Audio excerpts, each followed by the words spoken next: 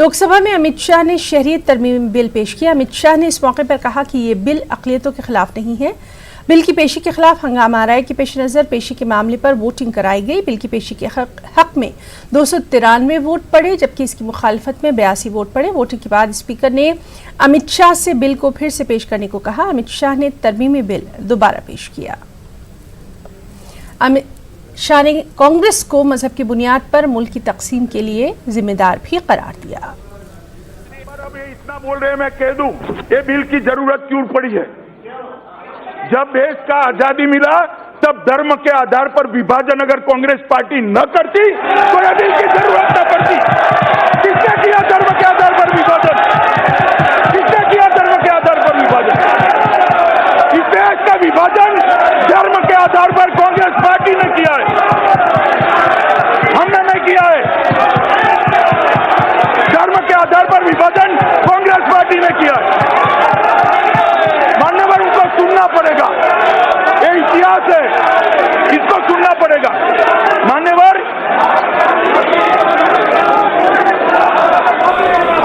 इस देश का विभाजन।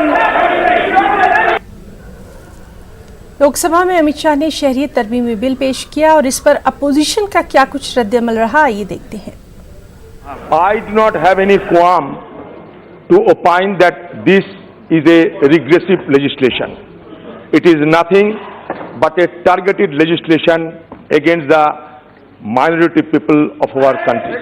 Sir, we are challenging the legislative competency of the bill.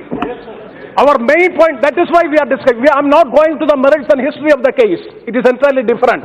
So the first point is, this is the first time in the legislative history of India that in order to acquire the citizenship, one of the main factor is the religion. See, clause 2, clauses 2 and 6 violate the right to equality guaranteed under Article 14 of the Constitution, as it provides differential treatment to the illegal migrants on the basis of the religion. और MIM सदर असदुद्दीन ओवैसी ने शहरियत तरमीमी bill की सख्त अल्फाज में मजम्मत की। उन्होंने अमित शाह पर निशाना साधा और कहा कि वज़ीर दाखिला अमित शाह से मुल्क को बचाओ, हिटलर के नाम के साथ अमित शाह का नाम लिखा जाएगा। हालांकि स्पीकर की हिदायत पर पार्लियामेंट के रिकॉर्ड से हिटलर वाले बयान को हटा भी दिया गया। आपकी तवज्जो चाहता हूं सर, सिर्फ 4 पॉइंट, ज्यादा नहीं बोलूंगा। आप तो 40 बोलना, 4 ही डिबेट पे।